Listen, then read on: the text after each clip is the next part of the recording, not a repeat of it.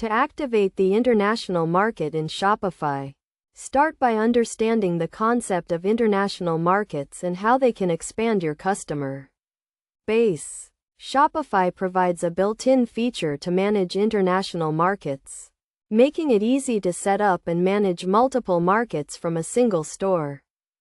First, ensure that your Shopify store is set up to handle international transactions by checking your payment gateways and shipping options. Navigate to the Shopify admin panel and click on Settings. Then click on Markets to access the International Markets feature. In the Markets section, click on the Add Market button to create a new market. Choose the country or region you want to target and select the language and currency for that market.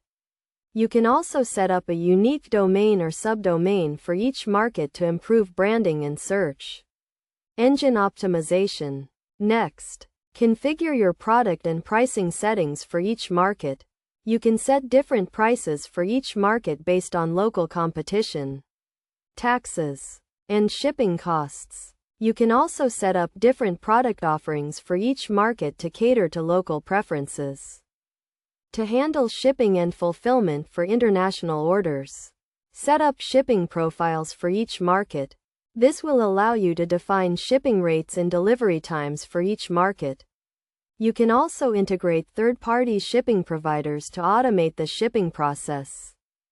Finally, optimize your store for international customers by translating your content and product descriptions into the local language. You can use Shopify's built-in translation feature or integrate third-party translation apps to make the process easier. By following these steps, you can activate the international market in Shopify and start selling to customers around the world. Remember to research local regulations and laws for each market to ensure compliance and avoid any potential issues. With Shopify's International Markets feature, you can easily manage multiple markets from a single store and expand your customer base globally.